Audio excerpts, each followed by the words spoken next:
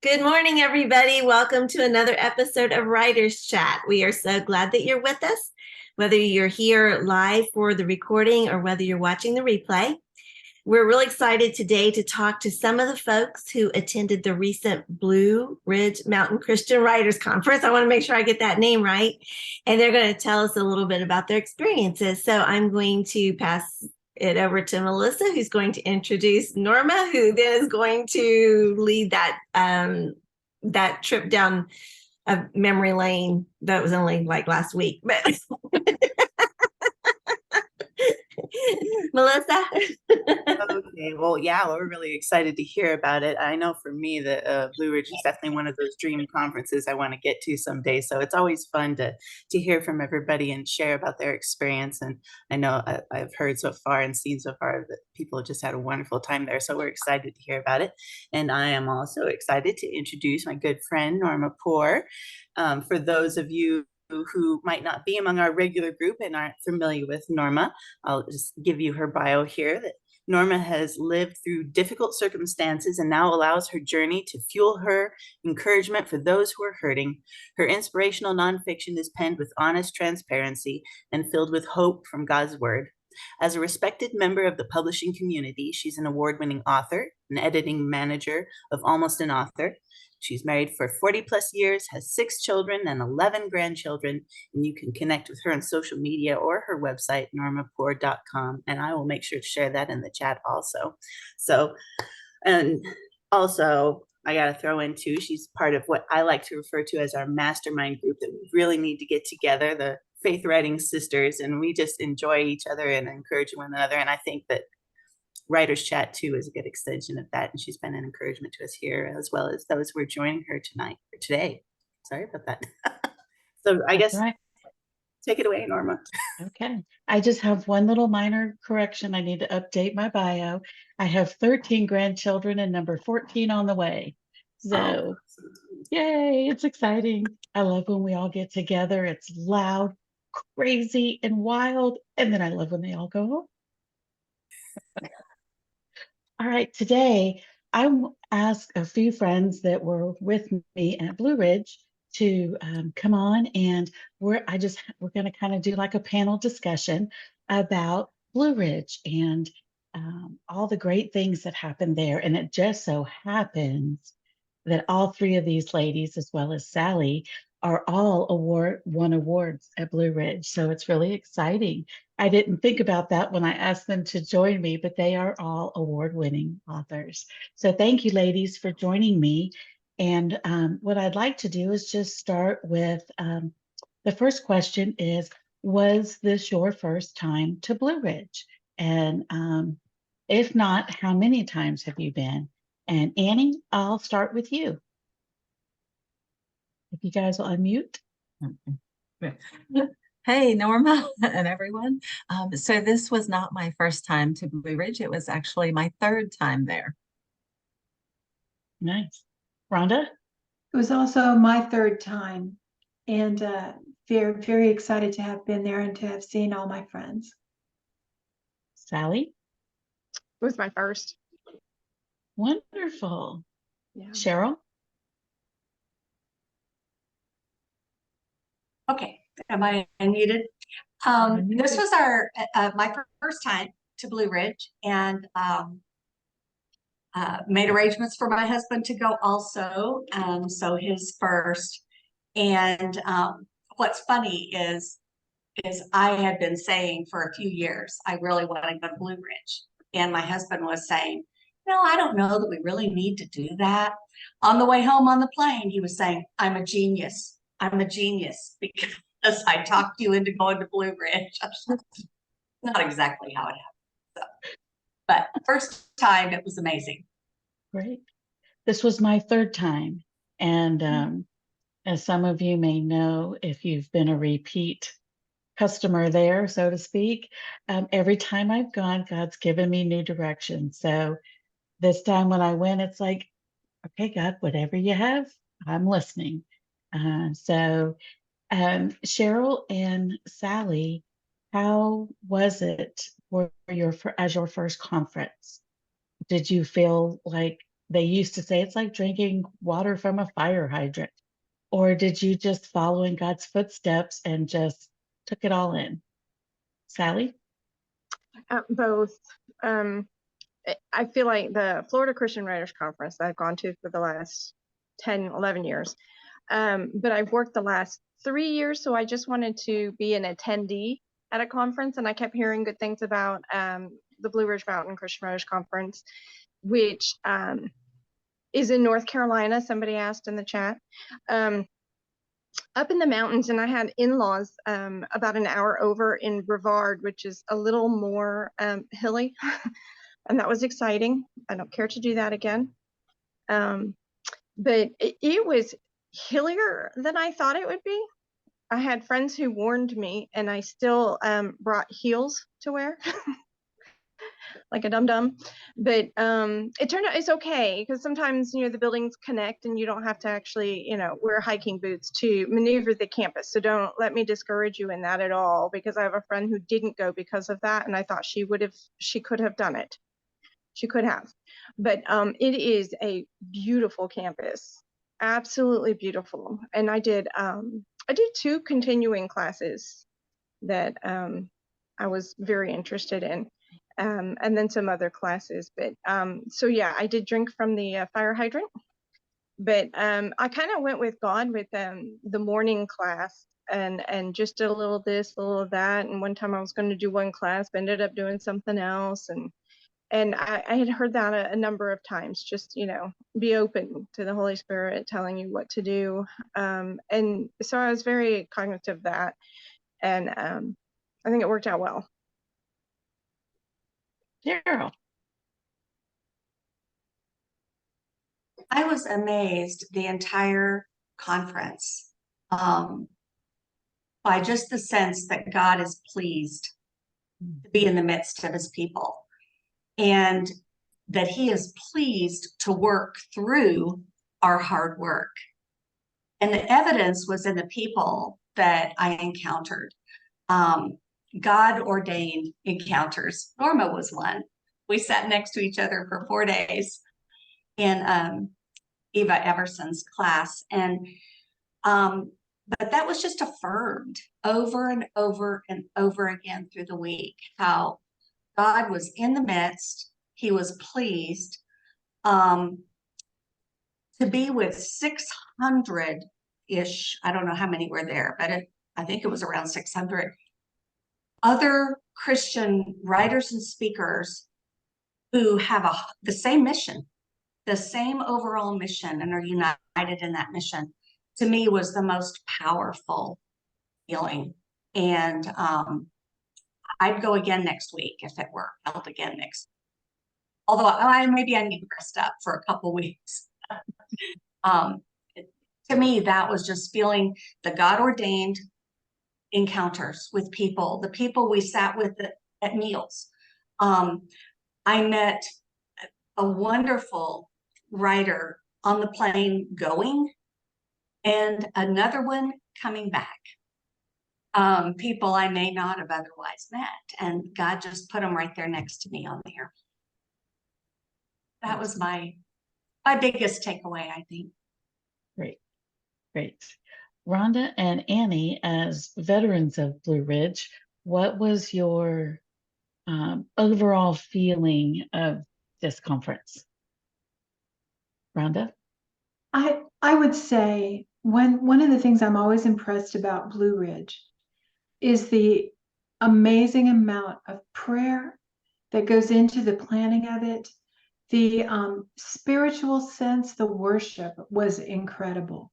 And they have a couple that has led worship for several years, but it really did feel like church and not just a conference, because everyone was entering into the worship.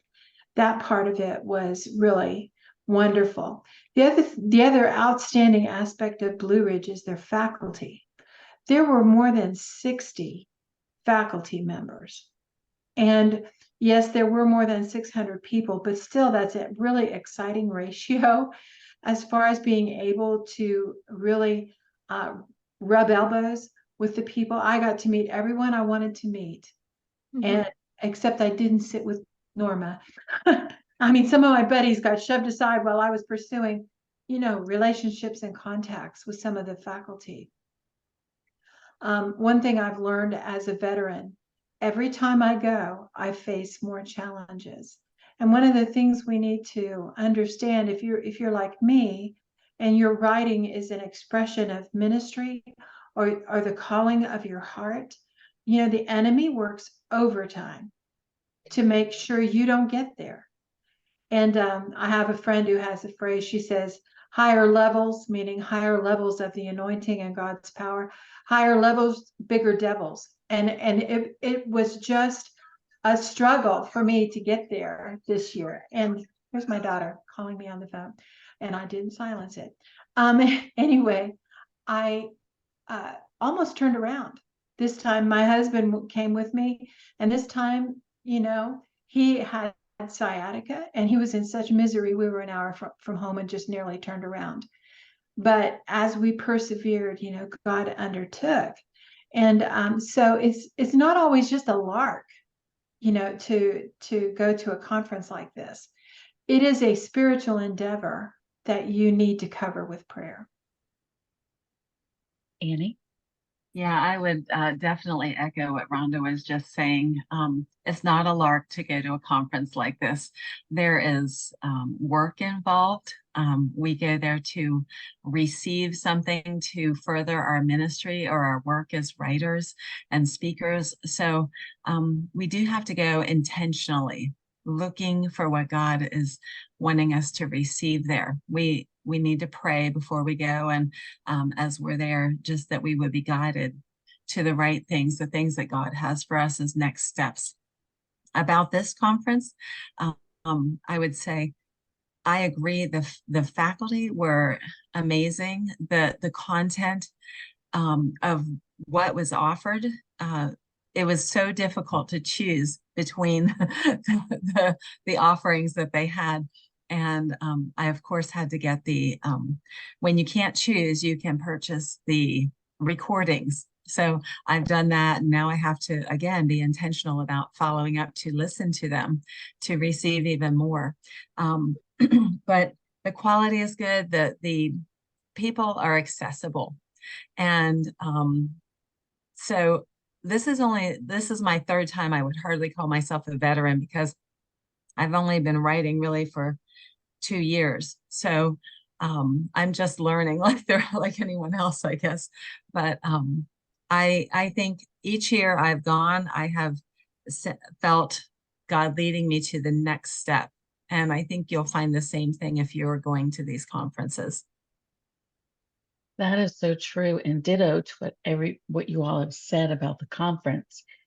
The worship, I've gone to that conference center for different things since about 84 or 5. And it's a Baptist conference center. And so, like I said, just been there many times over the decades.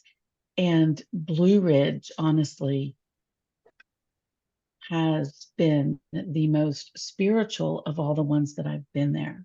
You can just feel the presence of the Lord there. Like was mentioned during worship, and most of the classes that I attended, we started with prayer. I was fortunate enough to be part of the prayer team, to pray over our singers and different of our staff and different conferees. And it's just been a wonderful journey. And I'm always, what's the saying? I can't think of his first name, Batterson.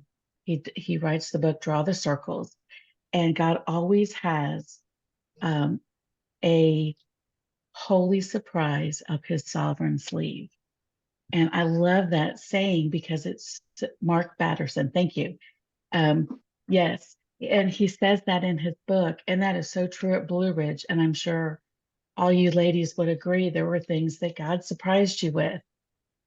True. Thank you. And, it just, for me, I went honestly not knowing, okay, God, I don't know why you're going. He kind of opened the door and like pushed me through it. And I'm like, okay, I'm here. And I only had one appointment the whole time. And most of the time for those of you that haven't been to conferences, there's the opportunity to meet with professional, either established authors, editors, agents, and public people representing the publishing houses. And you get a I can't remember, was it 10 or 15-minute 15-minute time appointments with these professionals. And I was like, Lord, who do I go to? And there was only one I went to. She's been a guest here before, Julie Lavender. And I just, all these other fantastic people. And I kept saying, God, who do I go to?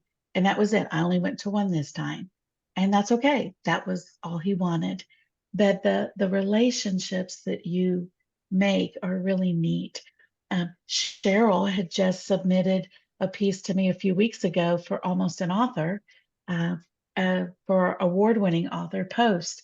And then here she was in my continuing class with Eva. And what a joy it was to meet her in person. And so it's just, you meet people that it's fun to see you guys in person, and other online groups that I'm a part of. I got to see them in person. And I'm sure you all would agree that that's really a great part of it. The next question I have for all of you is, what did God impress on you the most, or what did you learn that you didn't know before? And we'll start with Rhonda. You're muted. I knew you were going to say that, because I'm trying to make me go first, because I'm trying to think of what, how to answer that excellent question. I think this year I'm branching out into screenplay writing, and I attended the course, and the real reason I wanted to go was to hear from Brian Bird, and it was outstanding. But one of the things that impressed me, and is still impressing me, is how much I still need to learn and grow. I'm an experienced writer. I have a book contract and a book coming out. But the idea that my journey as a writer and that growth needs to be continuous. You can just never feel like you've arrived. And that was I wouldn't say stalking me, but it was pounding the pavement with me as I was meeting other writers and agents and editors, to stay humble and to remember that though a lot of people look to me for advice, and I love that, I love to give advice, there are still so many things about this business I don't know. And it just pays to stay humble. And I was really impressed with the humility of a lot of these big names, people we think, boy, I'd like to be like. They're so friendly and so humble, and that I want to emulate. For those who don't know, who is Brian? Brian Bird is the producer of When Calls the Heart on the Hallmark Channel. It's going into its 10th season. He also was the executive producer for The Case for Christ, the movie about Lee Strobel. He put up his first writing credit was on Fantasy Island. So that kind of tells you how long ago that was. He gave a keynote and it was really exciting, but he is a top-notch Christian producer in that community. And there's really just no one finer to talk to if you aspire to write screenplays. And this is one of the things I appreciate about Blue Ridge. They have developed a great reputation with faculty members. And he is a friend of the conference, and he will be back, year after year. And what an exciting opportunity to be able to meet him. Okay. Sally, how about you? I was in the class with Rhonda, with Brian Bird too. He actually writes for When Calls the Heart also. So he let us know that he's striking against himself with the writer's strike, the Writers Guild that's striking. So it was kind of funny. But he does have a sense of humor, and he really teaches to people like me with a lot of visuals. So it really helps to hammer down some points. But I think one of the things that stood out to me was, I think, kind of like Rhonda, where I've been kind of playing at it since 2006, 2007, went to my first conference in 2013. And even though I have had a number of small items published, only one with a check, thank you, Focus on the Family, Clubhouse Junior. But I still look at myself as such a newbie. And I purposefully, a number of times, did not go sit with somebody I know, but just sat at a table by myself to see what would happen. And there were so many people, it was their first time ever going to any conference, let alone the Blue Ridge Mountain Christian Writers Conference, but, that I was able to encourage. And I think, what do I have to say? I don't even have a book contract, but I do have an agent. So I feel blessed in that I have gotten to that step. But and my agent was there working it hard, even though he wasn't there on staff. He wasn't one of the agents that were there working the event. He was just there working the room for us. And I went with that, and he, kind of came up to me and said, you need to go sit with so-and-so and so-and-so. Because by the time I didn't make any appointments. I thought, I'm just here flying by the seat of my pants. And so I had meals with these people, and I had somebody who wanted everything I had to offer. Between three people, I had somebody who wanted something. So I felt really blessed in that also. But the one thing that really did stand out was that maybe I'm not such a newbie as I think I am, and that I do have something to offer other people to encourage them and steer them in the right direction. There were so many people who were able to connect with other people because of working the Florida Christian Writers Conference. And I felt like if I was there for nothing else, that was worth it, to help others. But I received so much. I got every penny's worth. I really did. Cheryl?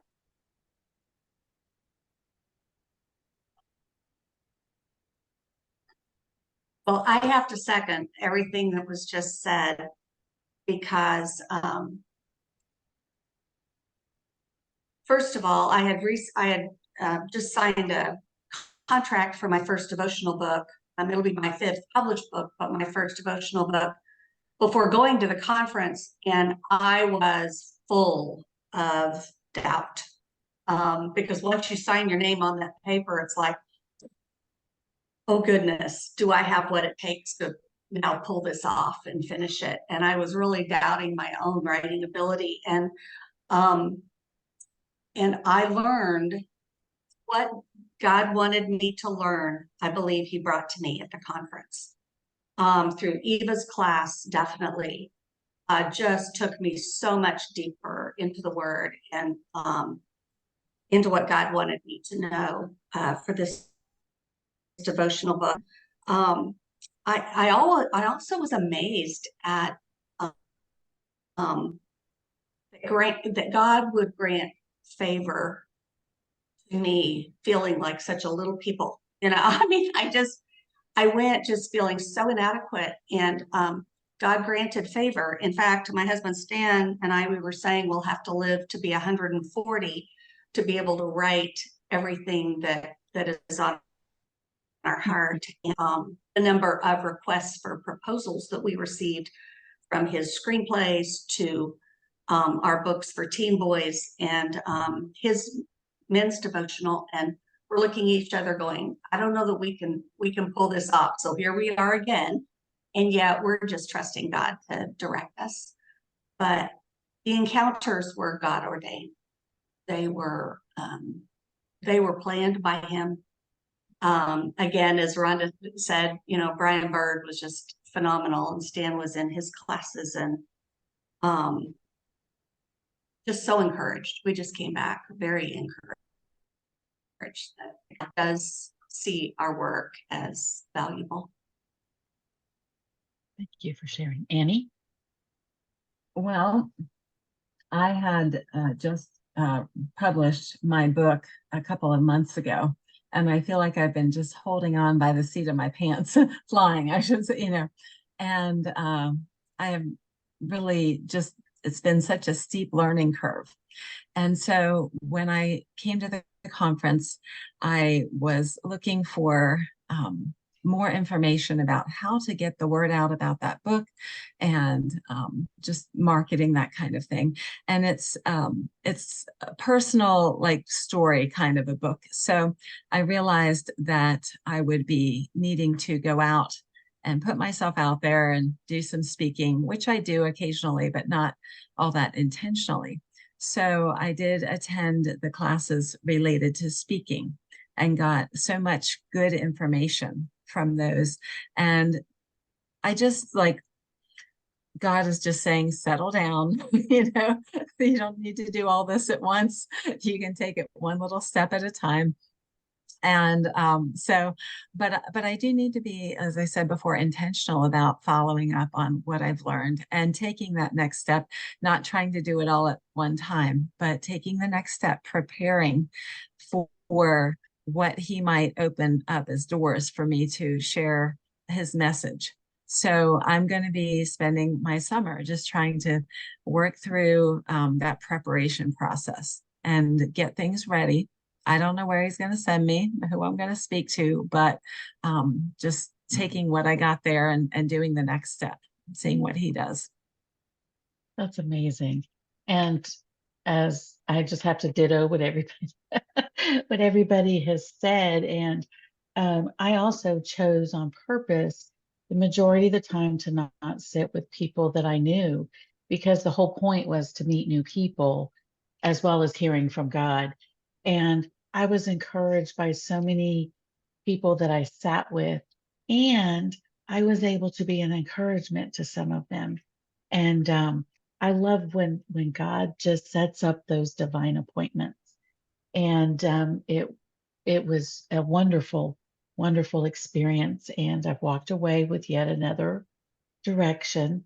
And so y'all just pray for me as I'm going to be attempting to write my first devotional. So, which is what I wanted a few years ago, as some of you remember. And I went to pitch that, and, all of that happened, embarrassed myself and all that fun stuff. But, God's bringing it all back full circle. And I just had to earn my wings, so to speak, pay my dues, whatever little cliche you want to use there, because I was new and I didn't know it all. I'm not even close to knowing it all, so don't even think that. But each next step has its own learning curve, as I think all of you will agree. And we just have to keep doing that next step with God. And remember that He's the author and finisher, not only of our faith, but of the path that He's put us on. And I love that the Bible calls Him the author of our faith. So the next question that I have for you is, if you had 30 seconds to try to convince somebody to go to Blue Ridge, what would you say? And we'll start with, let's start with Sally. I knew it. No pressure. None whatsoever. It's okay. Well, I will say, for the networking alone, it's worth it. You meet the agents, you meet everybody, and they give you such invaluable feedback. For that alone, it's worth it. But to go and with the camaraderie of just being with other writers who most of the time, we are sort of alone in this journey for most of the time. So that's very helpful too. And just in the midst of God doing all of that is just worth every penny. Good job. All right, Rhonda.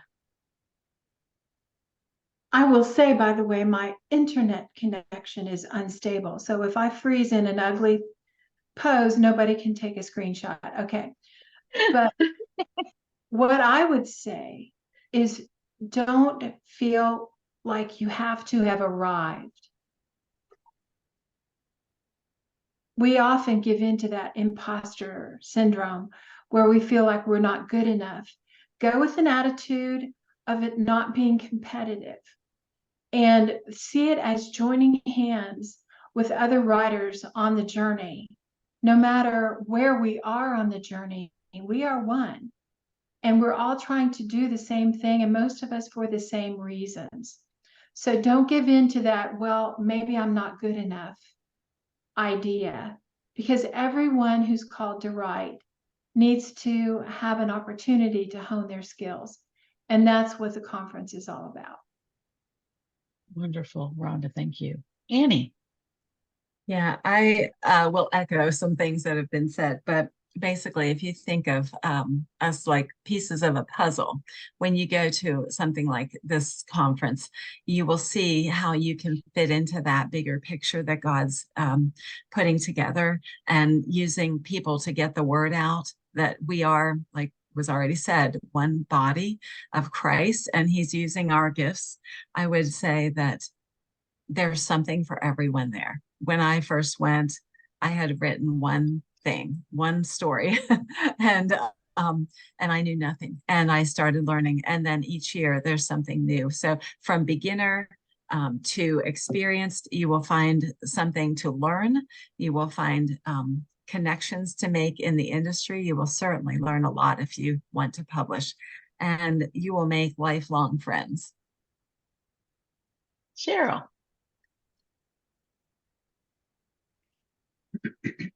This may repeat something I already said, it probably will, but the quality of the faculty just blew me away. Their willingness to talk about our dreams and our projects and our mission, and then to be with 600 others in the same room who all have the same mission and who believe that God is directing them to write and to speak. You just realize you're not alone.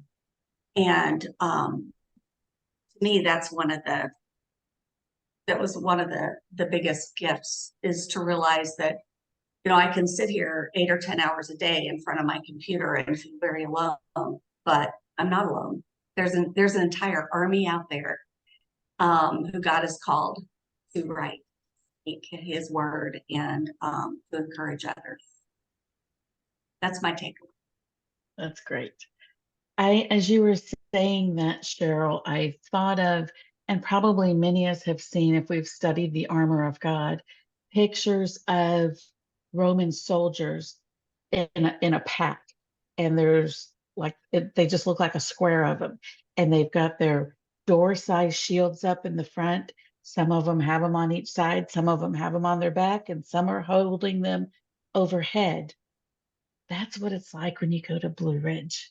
You are surrounded by God's army of people, of his Holy Spirit, of his angels protecting the journeys, and God ordained appointments, whether it's with a professional or just somebody that God tugs on your heart to sit down and pray with. It is, for an extrovert, it is like Disneyland. And I was in my most second happy place. All these people, and getting to see in person, like I said, all the people that I know through the different writing groups that I'm a part of. And that was just the best for me. And boy, did it just fill my tank. And I am tired because Rachel Colby and I took a little extended tour through Tennessee, and she got home early this morning, and whew, and we were taking off next week for the Right to Publish conference. And I don't know what I was thinking, but you know, here we are. And whew, but anyway, God's got us, and it's going to be good. And I would encourage you. To me, Blue Ridge is the cream of the crop. It is expensive. It is around $1,000, probably including travel expense. They do have scholarships, so don't let the price discourage you. Most of these conferences have scholarships of some sort, and they gave out 25, I think they said, scholarships this year. 25 or 35, I can't remember. It was a lot of scholarships that they gave out. And so don't let that discourage you. but I would just strongly, strongly, if you haven't been to a writers conference yet, I encourage you to try to get to one. Whichever, if you can find one close to you, so you maybe don't have the big expense of traveling. And as Sophia said, having a roommate or two will also help bring down the cost of your lodging. And so just really look into it, because God will meet you right where you are, but he will push you to go to the next step or the next level. All right, yes, Annie, I just have to put in a roommate plug, if I may. you go So right ahead. last year, I was supposed to come to the conference with somebody that lives near me and room with her. And then she had to cancel at the last minute. So I thought, okay, I'm not an extrovert, but I'll put myself out there. I put a thing out on one of my groups, the online groups. Anybody going? Want a roommate? So I ended up with a roommate who happens to be here, Miss Laura, Laura Lee, and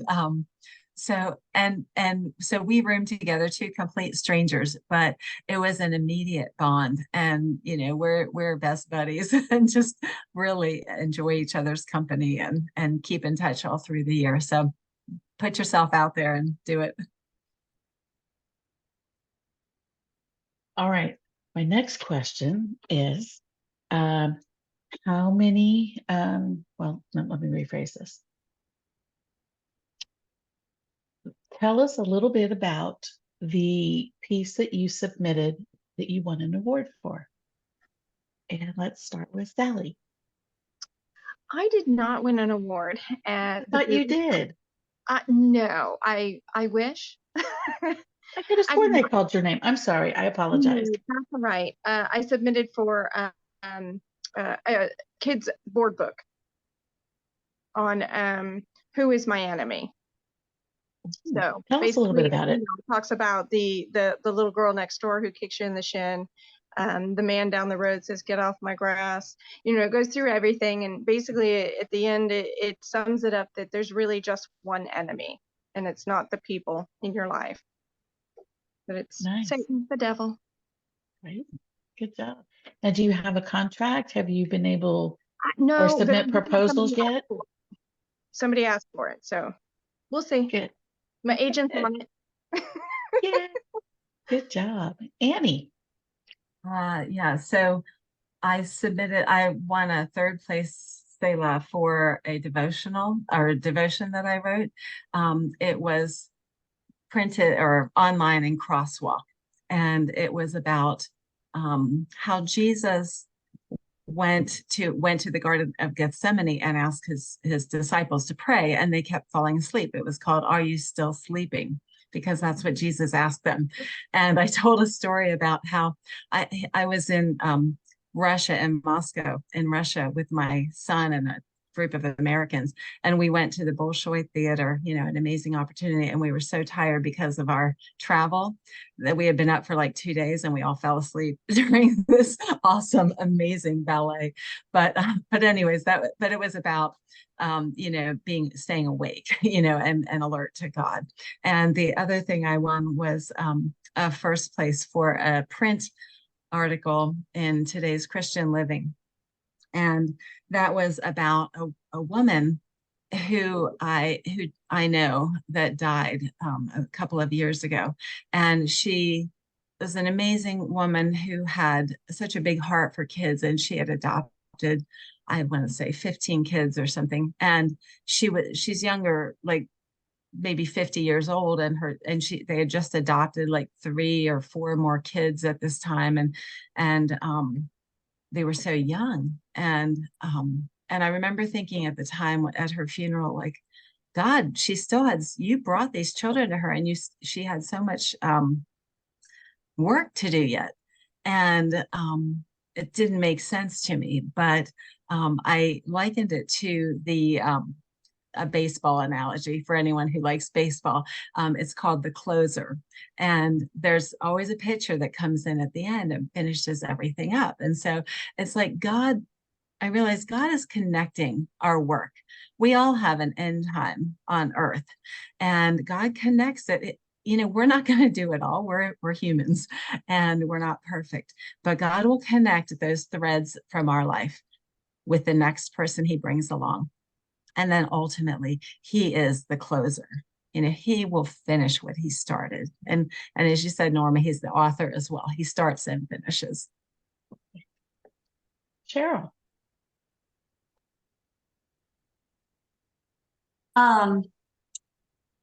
The book, Raising Kids for Tomorrow's World, I co-authored with my husband, Stan. And so we won a Selah Award in general nonfiction, second place. This was such an incredible gift from the Lord, because Raising Kids for Tomorrow's World had a very rocky start. It was published last year in April, early April, with a very small traditional publisher. And within a couple days after launching, there was a printing issue with Ingram, and it was unavailable for a month. And so it makes it kind of hard to market. You can't even get your book. I couldn't get it. No one did.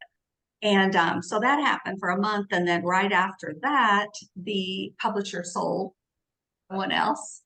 So we had a new owner, and it took several months for them to get up to speed. And then in February, Amazon just kind of lost our Kindle version. It went away for 3 months, and it was recently put back on. So, I mean, there are just all these things. And then for God, the Lord, to just so sweetly show us that it was a valuable book, and to people, and honor it at Blue Ridge was extremely wonderful and affirming. And then I won a foundation award in the article category for my unpublished article, Grandparents in the Gap.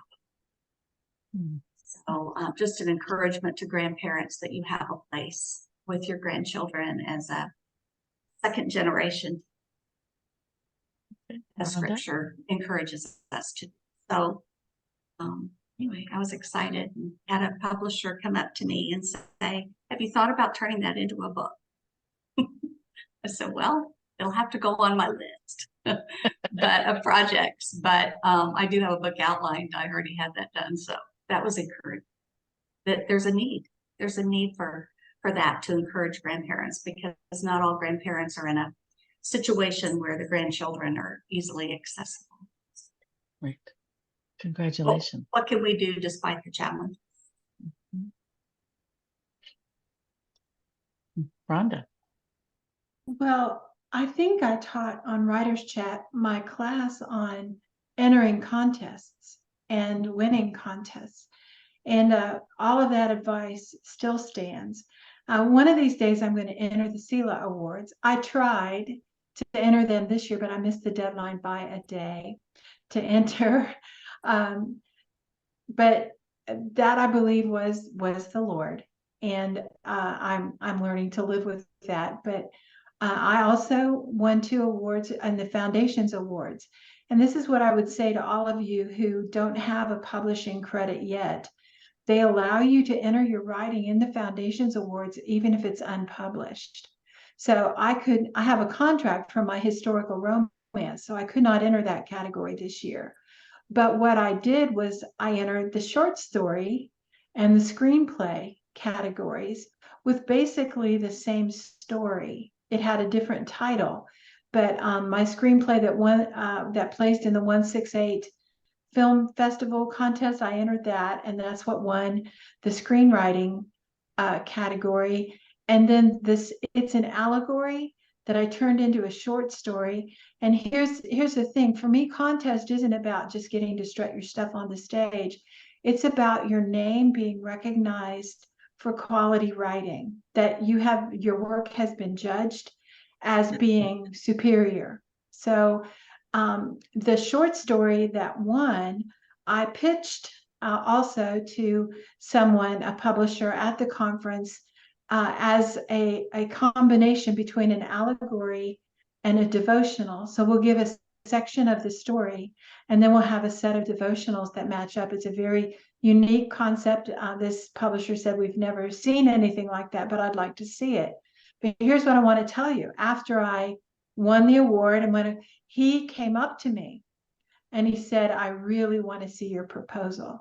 So there's a purpose for all of that. And just on a humorous side note, my husband made a display while I was going across the platform. And if you've not seen the video, it's on my Facebook page. But he was due his moment too, because he persevered through a lot of pain to be there with me. And I won't take that away from him, even if I wanted to kill him, because it was pretty embarrassing. It was a good moment. And entering and winning contests, it's a boost. And I don't know about anyone else, but where I am right now, I needed the boost. And so I'm grateful to the Lord for both the opportunity to enter and the opportunity to win. And on that, I would say, go ahead, Sally.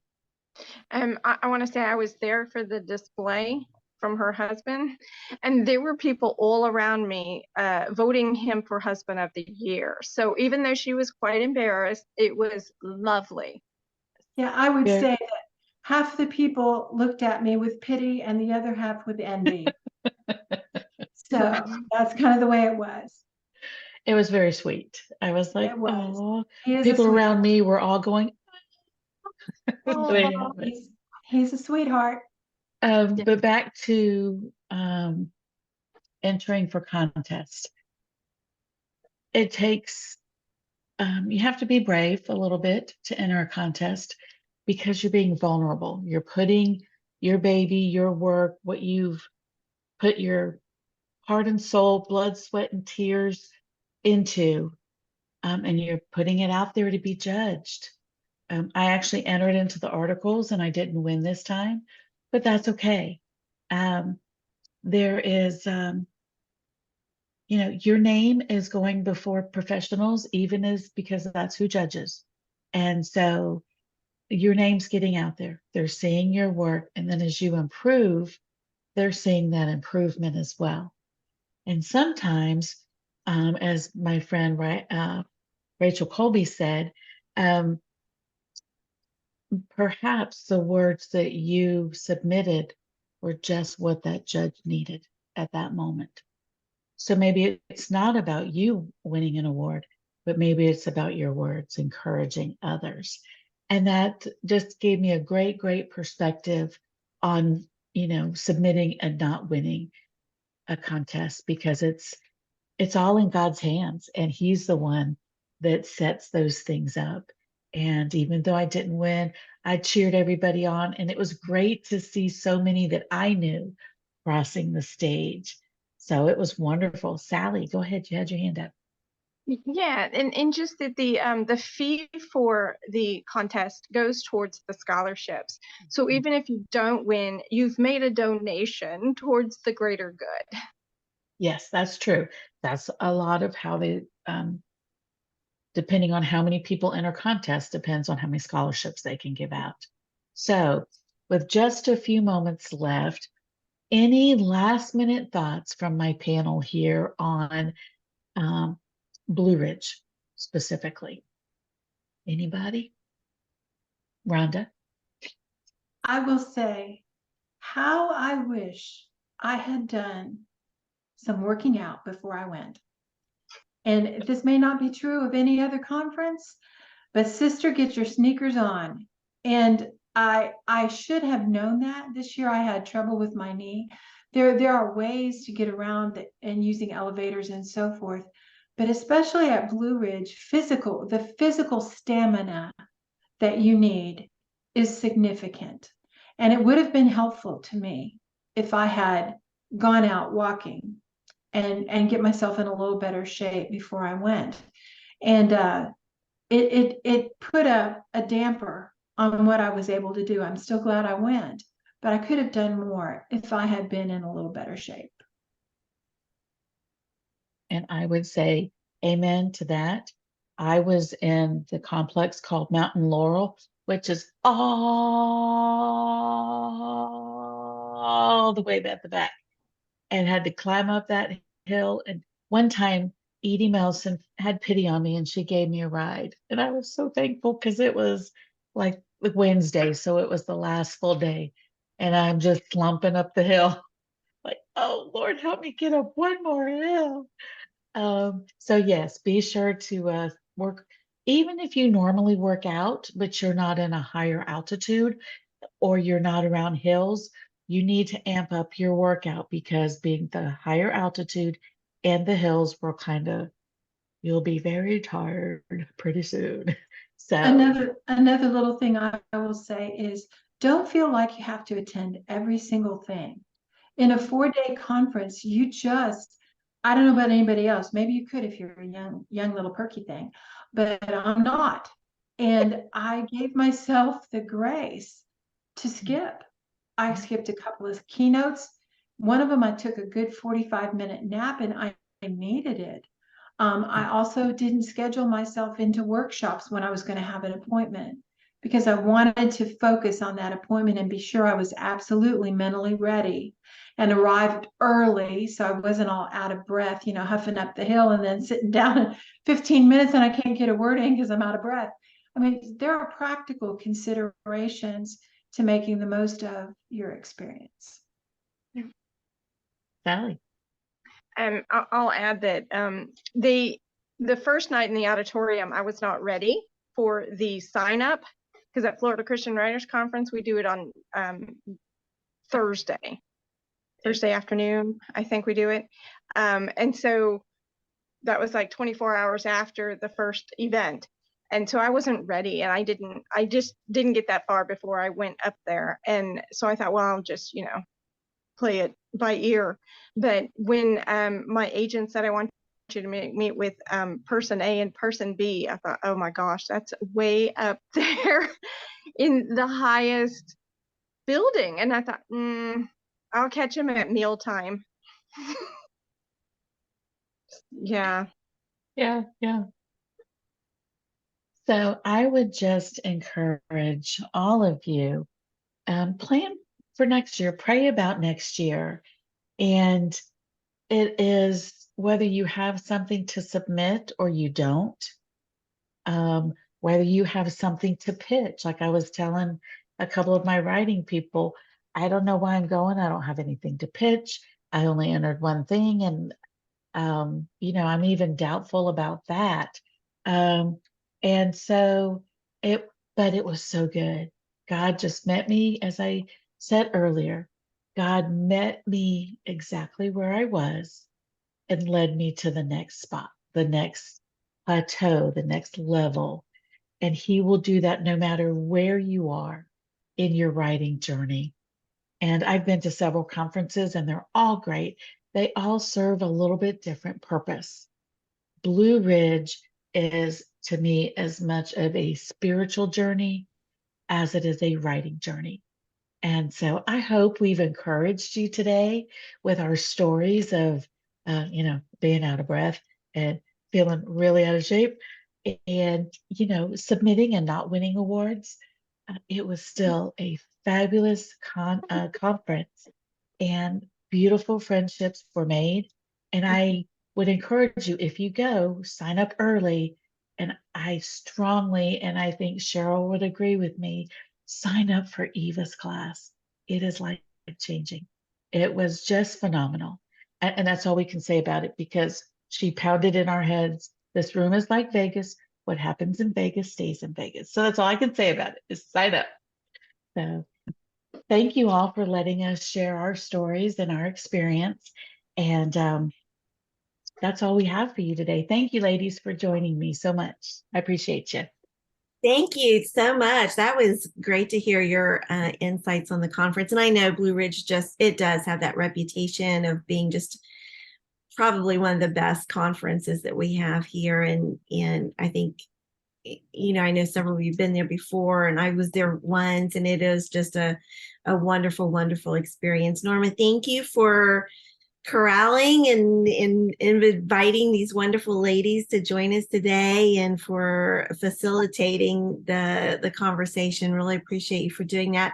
I'm going to ask Melissa to come back on because I think she knows all about our guest for next week, and give her a minute to do that. And of course, invite everyone to stay on for the after party, which will be a little bit short today. And also, this is a chance for me to remind those of you who are watching the replay that you are more than welcome to join us anytime Tuesday mornings at 11 o'clock Eastern, 10 o'clock Central, 9, 8, just go across the country. And I'm not sure what time it is in France, but we're always glad to have Isabella with us. And I see that she's here today. So all the way from France, we're glad to have our international audience.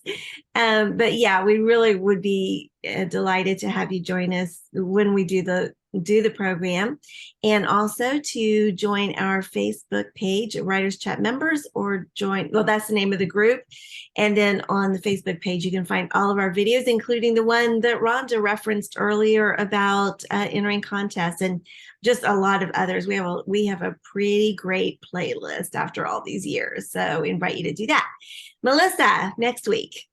Oh yeah, it's going to be fun. Next week, we're going to have historical fiction author Crystal Cottle join us, and she's going to be sharing her talk on Plotting 101, how to create a story readers can't put down. And she's even going to have handouts for that, which we'll be sharing later on in the week. So you're going to have fun with that one. I know.